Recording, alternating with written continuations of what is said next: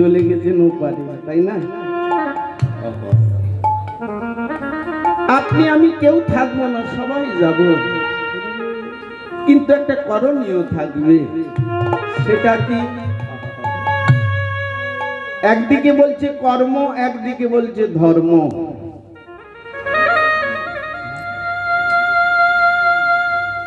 তাহলে কোনটা বড়? কর্ম বড় না ধর্ম বড়? কি গো বাবা? আপনারা সেই সন্ধ্যে 7:30 8টা থেকে কীর্তন আর সাধন। কর্ম বলছি আমি বড়, ধর্ম বলছি আমি বড়। আচ্ছা আপনারা বলুন তো, ধর্ম বড় না কর্ম বড়? ওদিকে মায়েরা বলুন, এদিকে বাবা সব তো জানেন। আমি বলবো, তথাপি হৃদয়ঙ্গন করাবার জন্য একটু যাচাই করছি। ধর্ম বড় না কর্ম বড়? দুজনের তর্ক লাগছে। কর্ম বলছে আমি যদি না কর্ম করি তোর ধর্ম কোথায় থাকবে? ধর্ম বলছে আমি যদি না ধরে রাখি ধর্মটাকে, এই কর্ম তুই কি করবি, তুই কি করে থাকবি? দুজনে দ্বন্দ্ব বেঁধে গেছে। আর যখন দ্বন্দ্ব বেঁধে গিয়েছে তখন বলছে এই চল চল, ওই দেবতাদের রাজা হলো ইন্দ্র, ওই ইন্দ্রের কাছে চল। এই বলে ইন্দ্রের কাছে গেল। ইন্দ্রের কাছে ধর্ম আর কর্ম গিয়ে বলছে মহারাজ মহারাজ আমি এ জগতে কর্ম আমি বড়। ধর্ম বলছে প্রভু কর্ম ভুল বলছি, আমি বড়, আমি ধর্ম আমি বড়। এবার রাজা ইন্দ্র চিন্তা করছে কাকে বড় করব কাকে ছোট করব, এ তো আমার দ্বারা সম্ভব নয়। শোনো, তোমরা যে প্রশ্ন নিয়ে এসেছো এ প্রশ্নের উত্তর আমি দিতে পারবো না। সে কি মহারাজ, আপনি দেবতাদের রাজা, আপনি না বিচার করলে কে বিচার করবে? বলছে তোমাদের যে বিচারটা আমি করতে পারবো না। এই মুহূর্তে চলো মর্তের মাটিতে, পৃথিবীতে, সেখানে কে বিচার করবে? না, সেখানে বিচার করবে রাজা বিক্রমাদিত্য। তিনি বিচার করবেন, বিক্রমাদিত্য। এই বলে মর্তের মাটিতে এসেছে। আর মর্তের মাটিতে এসে বিক্রমাদিত্যের কাছে যখন রাজা ইন্দ্র এলেন, সঙ্গে সঙ্গে সেই রাজা বিক্রমাদিত্য বলছেন হে প্রভু, আপনি স্বর্গের রাজা, আপনি রাজা হয়ে মর্তের মাটিতে এসেছেন, অগ্রে আপনাকে প্রণাম করে। এই বলে প্রণাম করলেন। প্রণাম করে বলছেন বলুন বলুন কি বার্তা, কি উদ্দেশ্যে আমার কাছে এসেছেন বলুন।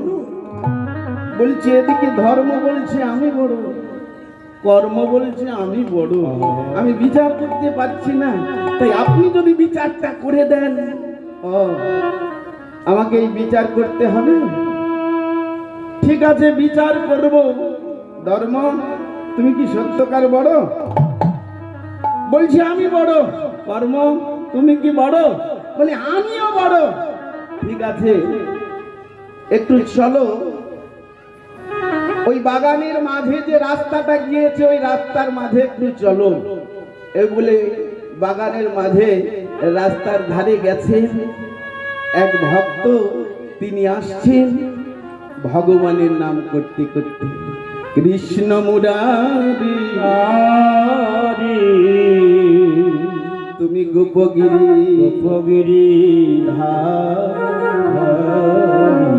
বনচারী মনোহারি ললিতা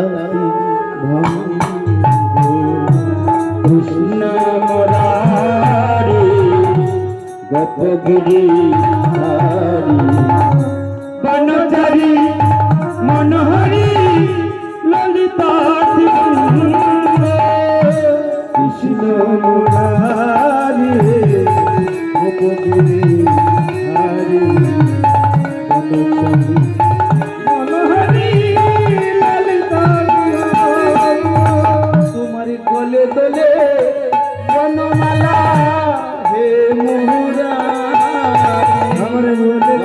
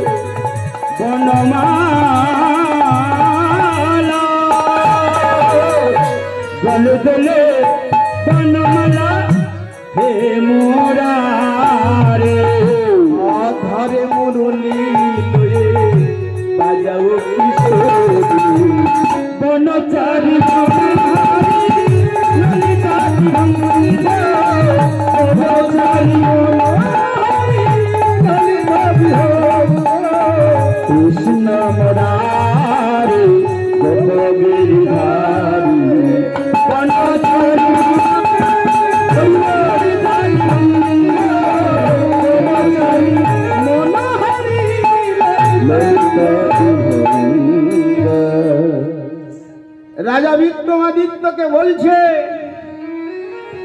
প্রভু ওই বাগানের মধ্য দিয়ে যিনি আসছেন ও তো আমার ভক্ত, ধর্ম বলেছে তোমার ভক্ত, আমি বিচার করবার জন্য এই বাগানে এসেছি। আচ্ছা ও তুমি তোমার ভক্ত, কর্ম ও তোমার কে? বলে ও তো আমার ভক্ত, ও তো কর্ম করে, ও কর্ম না করলে ও তো খেতে মারতে পারবে না, ও আমার ভক্ত। ঠিক আছে তোমরা শুরু করো, কে প্রথম শুরু করবে যাচাই করবে যে তুমি বড়। ধর্ম বলছে আমি সর্বপ্রথম, ওর মধ্য দিয়ে আমি বিচার করব। কি করে বিচার করবে? বলছে আমি ওর মধ্যে কিছুক্ষণের জন্য ঘুমিয়ে যাব, কিছুক্ষণের জন্য ওর মধ্যে আমি ঘুমিয়ে যাব, আমি ধর্ম কোনো কাজ করব না। তারপরে দেখুন বিক্রমাদিত্য জিজ্ঞেস করছে, এই এই বালক তুমি কোথায় যাবে? বলছি আমি আমার গুরুদেবের কাছে যাব। আহা, গুরুদেবের কাছে? বলে হ্যাঁ, আমার গুরুদেব আজকে ডেকেছে আমাকে গুরু কৃপা দেব করবে বলে। ঠিক আছে তুমি তাহলে যাও। এই বলে যাচ্ছে। মহারাজ বিক্রমাদিত্যকে বলছে, জল শোনো, কিছুক্ষণের জন্য শুধু ওই শিষ্যের কাছ থেকে নয়, ও যে গুরুর কাছে যাচ্ছে গুরুর কাছ থেকেও আমি ঘুমন্ত হয়ে যাব, ধর্ম কাজ করব না। ঠিক আছে তাই হবে। এবার দেখছে শিষ্য গেল গুরুদেবের কাছে, আর গুরুদেব তখন ভজনে বসেছে, ভজনে বসেছে, এবার ভজন করছে। ভজন অবস্থায় গিয়ে শিষ্য বলছে, মহারাজ ও গুরুদেব, গুরুদেব ও গুরুদেব, চিৎকার করে বলছে। যে ভক্ত ধীর স্থির অবনত মস্তকে কথা বলে, সে আজকে উচ্চ স্বরে বলছে, ও গুরুদেব আপনি ডেকেছিলেন আজকে আমাকে গুরু কৃপা দেবেন বলে, আজ আপনি ধ্যানে বসে আছেন।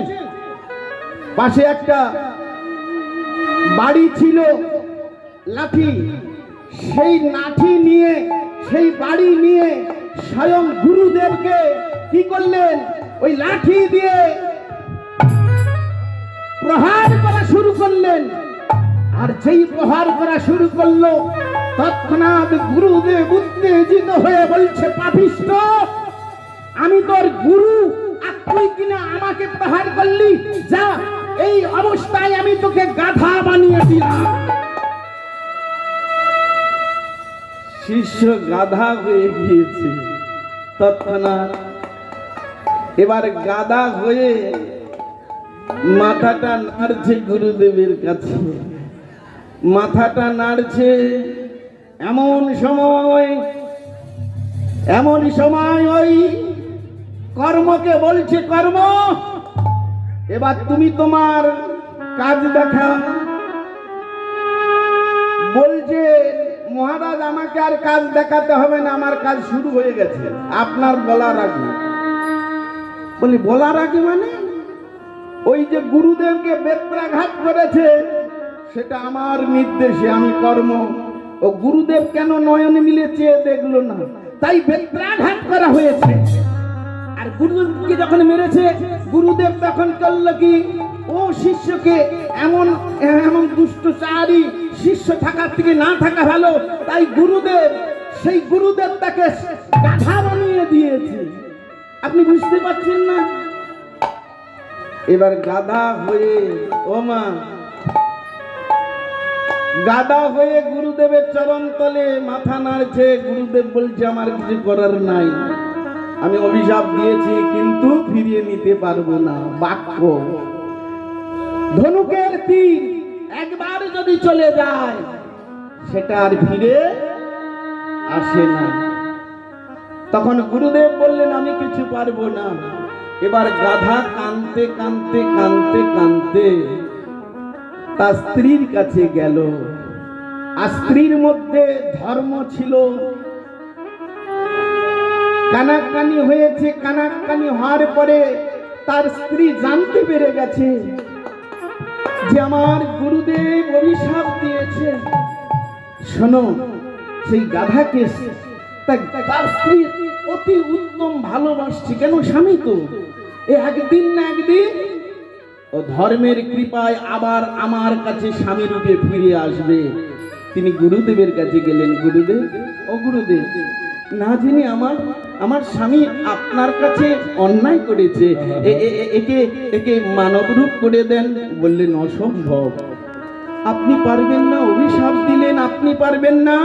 বলছে আমি পারবো না, তবে পারবে একজন। কে? যদি দেবগুরু বৃহস্পতির কাছে যাও আর দেবরাজ ইন্দ্রের কাছে যাও, তাহলে তারা পারবে। এই বলে ওই গাধাকে নিয়ে যাচ্ছে। আমি কোথায় যাব গুরুদেব?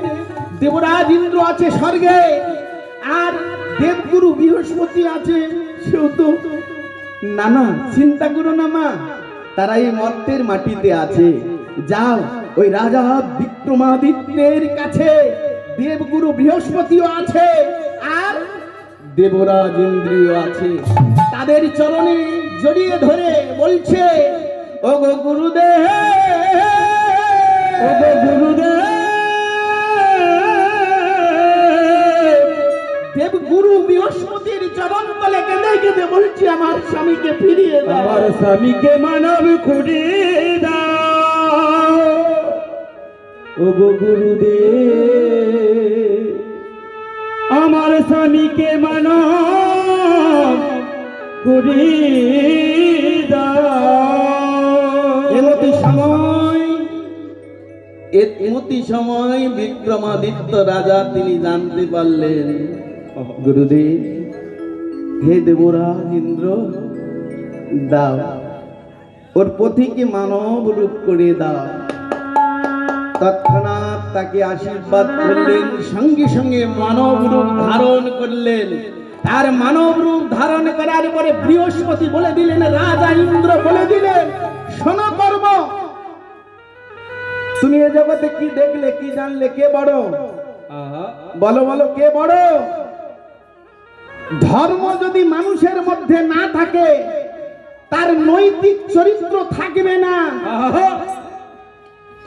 তার মধ্যে স্বয়ং ভগবানও বিরাজ করবে না। আর ধর্ম না থাকলে তার মধ্যে অধর্ম গ্রাস করবে, আর অধর্ম গ্রাস করলে সে অন্যায় করবে, কুকাজ করবে, কুকর্ম করবে। তাহলে তোমার কুকর্মের ফলে আজকে তার স্বামীকে গাধা হতে হয়েছিল। বলো বলো, ধর্ম থাকলেই তো তুমি তাতে কর্ম ভালো করতে পারো। যারা রে, আজকে আপনাদের গ্রামের কিছু মানুষ আজকে এই ধর্মটাকে ধরে রেখেছে বলে সেই ধর্মের মধ্যে ভালো কর্ম কি গো হচ্ছে তো নাকি?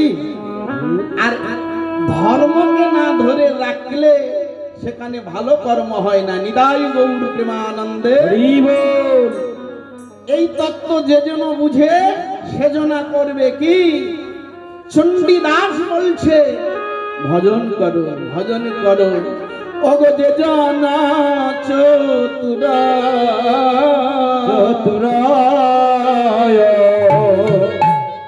আমার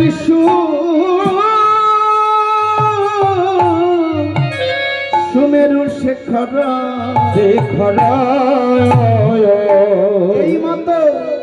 এই মতো সুতাতে বাঁধিতে পারে আর যে জন চতুর, ওগো যে জন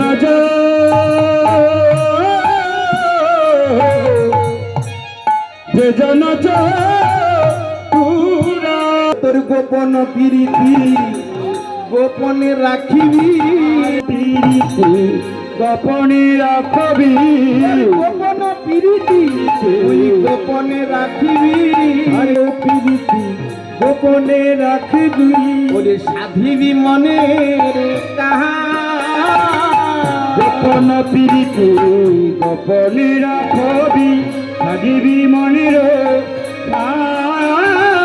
এবার সাপের মাথাতে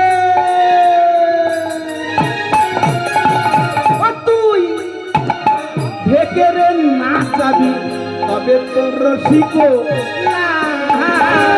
সাপের মাথাতে বেকেরো না যাবি তবে তো রসিক জানবে কেন হে জানবে কেন জানবি কেন জানবি কেন